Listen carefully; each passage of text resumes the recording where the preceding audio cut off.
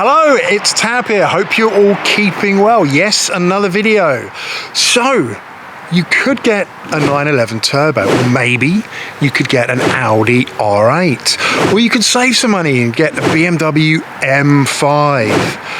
Which is still just a 5 Series. Oh, I'm starting to feel a bit tired. Or maybe an Audi RS6, which is still just an A6 with a lot of horsepower. If you want to get an estate, get something comfortable. Or you could get a car that I thought was completely out of my league in that range too, which is one of these.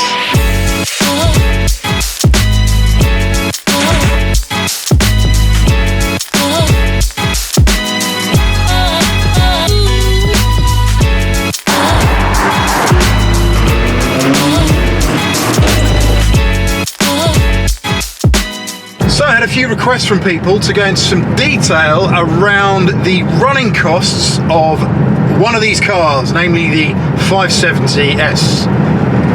And it seems to be a bit of a YouTube tradition to go into detail about just how much you spend on the cars that you drive. It is an interesting topic. I guess going into, deep financials is a little bit taboo, always has been. Kind of, the English gentlemanly thing to do is not to discuss one's earnings and exactly what they're paying for X, Y, Z, or Z if you're in America.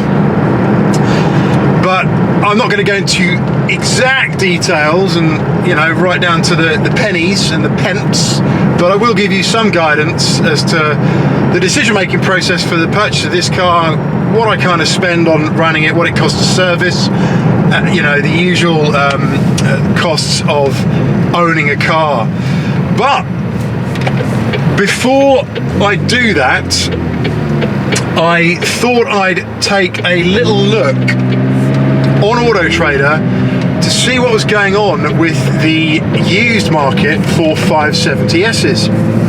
Now, I kind of just assumed that because we all know McLaren tend to get pretty bad press and people are always going on about the residuals of these cars absolutely tanking, I took it upon myself to have a quick look through Auto Trader to see what was happening in the world of 570Ss, and I have to say I was pretty surprised.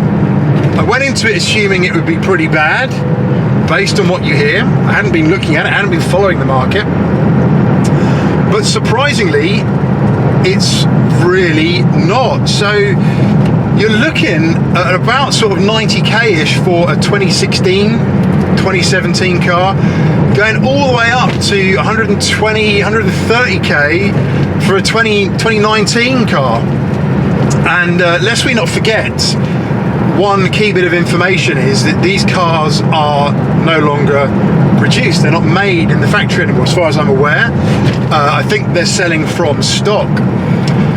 Also, what is worthy of note is there were only 23 of these cars for sale. I think about another 10 on piston heads, but only 23, I think, on Auto Trader, which is pretty much sweet FA, right? Not many at all.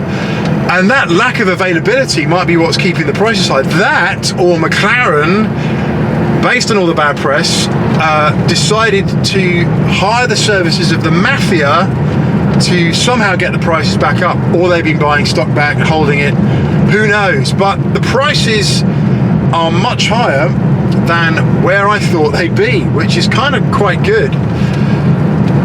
Now, the GFV of this car that I'm on now, I think, is around about the 90k-ish mark. And the fact that the second-hand market prices are so good at the moment is getting me thinking about flipping it. So I better start saving or busking. And, I've still got another year to go on this car, so who knows what the market position will be like then and exactly what I might be looking at in terms of the car's net worth. But let's talk about, as promised, the decision-making process of the purchase of this car specifically, and why I decided upon it.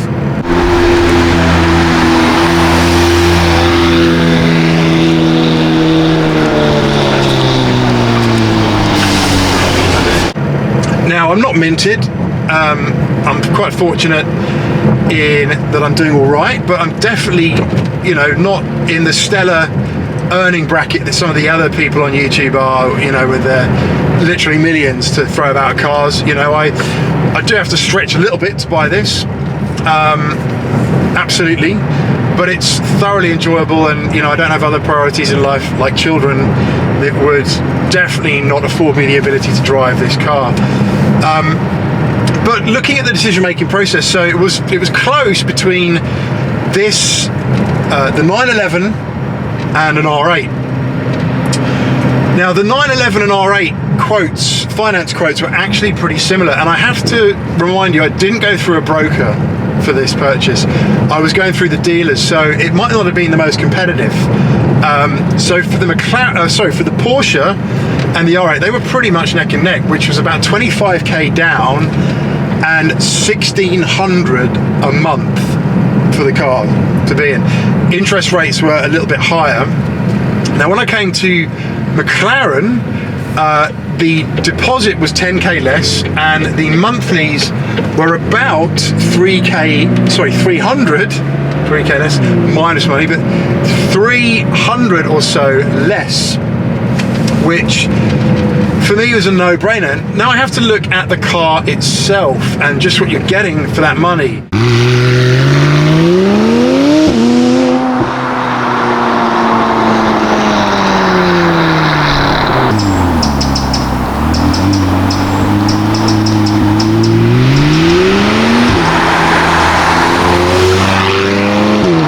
Now, I could, you know, you could save a bit of money and get an M5, as I said, but it's still a 5 Series, right? Or an RS6, it's an estate car. If I want to go and buy an estate, it's not something I want to go fast, and I just want something that's comfortable, hence the E320 that I've got. But this car is built from the ground up as a race car, and the fact that you can get in something with this ability for that much money still blows my mind. I also have to say and make it very clear that this is UK prices that we're talking about here. I've looked at US prices and discussed with colleagues over in the US what they pay or what they're looking at for this type of car, and it just doesn't stack up. They're much more expensive in the US market. If I was living in the US and I wanted to get a mid-engine sports car, honestly, I'd probably be looking at a C8. Just in terms of bang for buck, what you get there and how good they are, the reviews I've read, what people are saying about them, the premiums they command, it just seems like a no-brainer. But this car in the UK is very much affordable for me. Well, I say affordable, I can do it, I can make it work for me.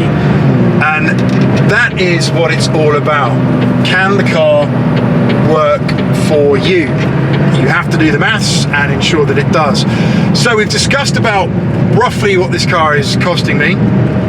I will do a further video when I no longer have the car in terms of exactly what it's costing me and show you some of the real facts and figures. But let's look at some things that you have to bear in mind in terms of the TCO of this car.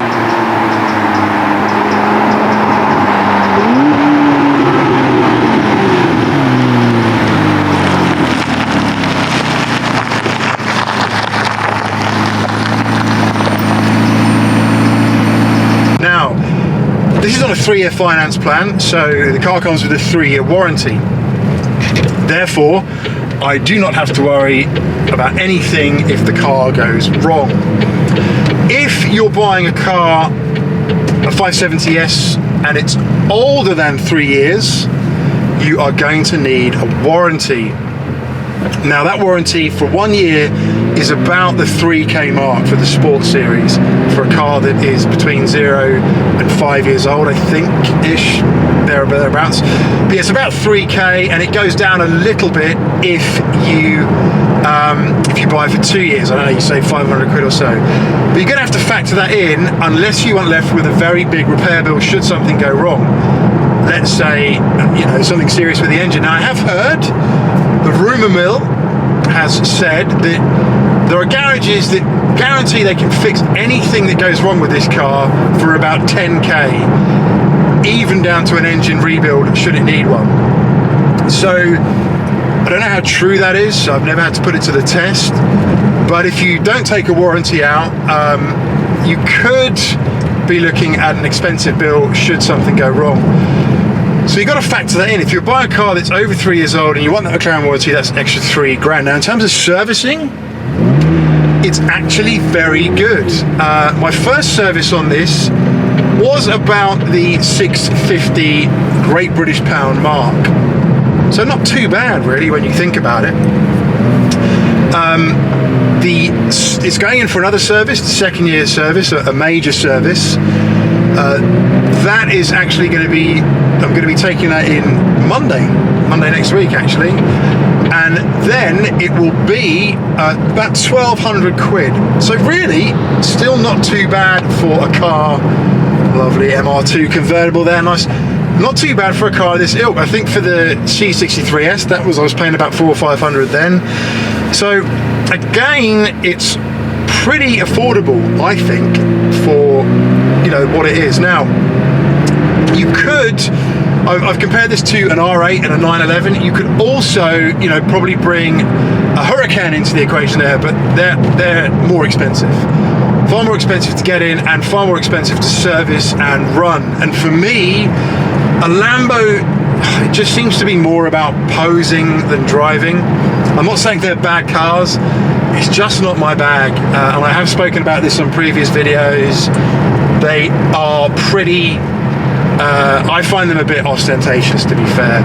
I just like the McLaren feel, the brand, the kind of niche that it fits into, the attention that it gets. People say, it's a beautiful car, it's lovely, it's a bit more gentlemanly, I think, but it's absolutely bonkers, let's not forget, when you open it up. Such a good drive. So you can look at this car as something that is very, very affordable, I think, for what it does. Now, I am going to go and look at the Artura. The Sports Series is no longer. They've kind of demolished those different brackets of cars. I think the Artura list is about 185, and then more and more you tick the boxes. So I'm not confident that the offer that I got on this, the finance that I got on this, and the affordability that I got on this is going to be replicated across to the Artura. And indeed, if what I'm seeing on Auto Trader is anything to go by, I think McLaren are going to recognise this and, just to be frank, not provide those offers to the public that potentially they were before. So I will keep you updated. I promise to keep you in the loop on what I'm looking at for an Artura, what I'm looking to potentially spend, if I can even make it work at all. And if I can't, then I might have to be looking at something else altogether. But it is quite interesting. I do love that kind of new car purchase, going through all the options, and just kind of getting excited about the whole process. Another thing we probably talk about, although I just don't care when I buy a car like this, what's the fuel economy like? Everybody wants to know what the fuel is like. How much fuel does it drink? What's the MPG? You must spend all the time ever at the petrol station in that thing. I just don't care. You buy a car like this and the fuel is almost an incidental cost. You just gotta, you fill it up and you pay your money and you just take the hit. But if you do want to know, if you're ragging it, it goes down to about, I've had it down to about 9 mpg, ragging it safely, of course.